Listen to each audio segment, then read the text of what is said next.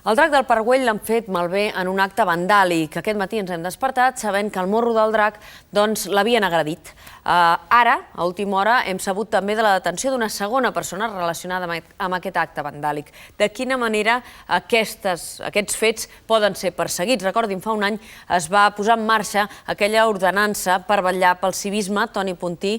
En un cas d'aquests, quan el drac del Parc Güell ha estat agredit d'aquesta manera que ara veurem, quina pena li pot caure si es prova que són ells els responsables, per exemple? Doncs fins i tot entrar, diguem-ne, en la via penal, no només en l'administrativa de la sanció, podem anar explicant-ho mentre veiem les imatges de com ha quedat aquest drac. Així ha quedat el drac, no? Malferit, diguem-ne, especialment en la part frontal. Avui estava protegit amb tanques al Parc Güell. Els turistes podien seguir fent fotografies tranquil·lament, però en tot cas s'han donat com a record aquest drac esquinçat i un anunci de l'Ajuntament que el monument ja estava en reparació. Doncs el que dèiem, els detinguts, tant el que han detingut avui, que és una noia menor, en principi que l'han detingut aquesta tarda al districte de Gràcia, com el que van detenir ahir, que és un veí de l'Hospitalet de Llobregat, també al districte de Gràcia, doncs poden passar, diguem-ne, per la via penal i per la via administrativa, per la sanció, però també per la qüestió penal, perquè els actes vandàlics estan tipificats en aquesta ordenança, que poden també, diguem-ne, anar en aquesta direcció. Entrar per la via penal. De fet, durant l'any passat hi ha hagut 67 casos que han entrat per aquesta via, que inclouen, diguem-ne, aquests actes vandàlics d'aquest tipus contra el mobiliari urbà i contra el patrimoni.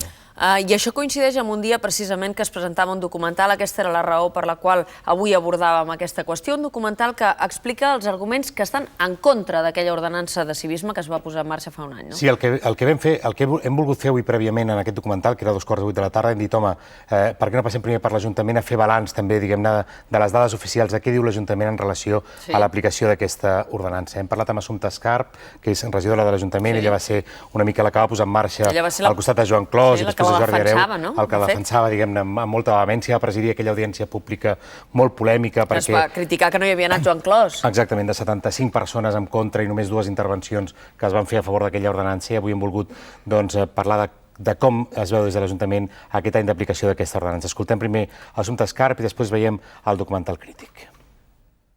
Quin és el principal problema que té la ciutat? És una pregunta espontània.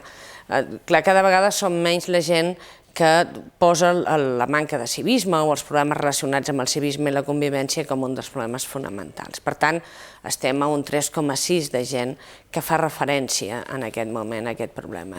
Com hi ha espais que en un moment donat s'havien pogut perdre amb aquesta lluita a vegades sobre la propietat de l'espai públic i en canvi són espais que ara són de tots una altra vegada. Estic parlant d'interiors d'Ira, de parcs, de la Ronda Sant Antoni, per exemple. D'aquest debat, l'única cosa que diria que em sap més greu és que potser ens hem quedat amb una casuística en aquestes veus molt de l'ordenança, molt al civisme i tal, i hem oblidat el que era l'objectiu final, que era el debat sobre la convivència i sobre la convivència en l'espai públic. Jo sempre vaig defensar que no era una ordenança de civisme, era una ordenança de convivència, entre altres coses perquè hi ha conductes que jo no li posaria mai un qualificatiu moral. I en aquest cas jo crec que aquí han sigut potser un pèl poc flexibles.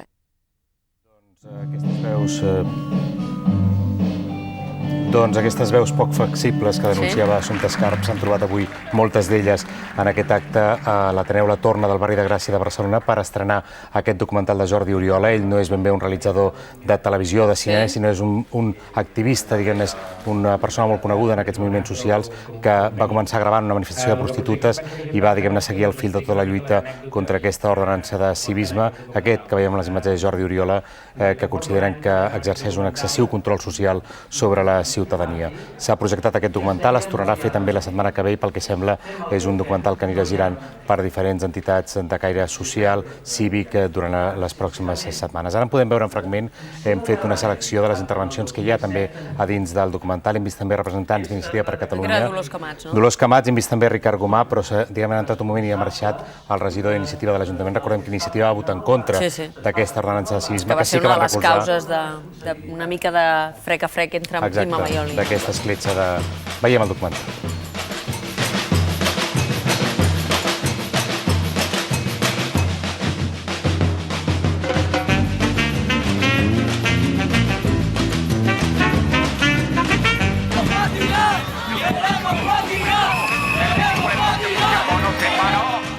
ciutadà, no ciutadà, ciutadà responsable, ciutadà irresponsable.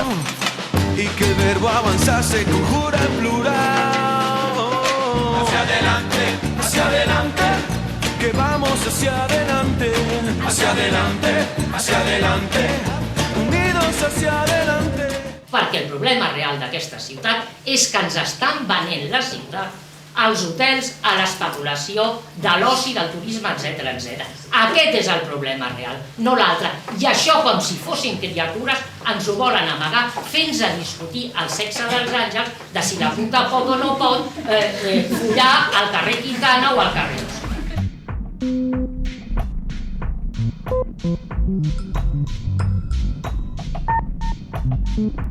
Todos pueden estar y en este mundo está demostrado, hay espacio para todos.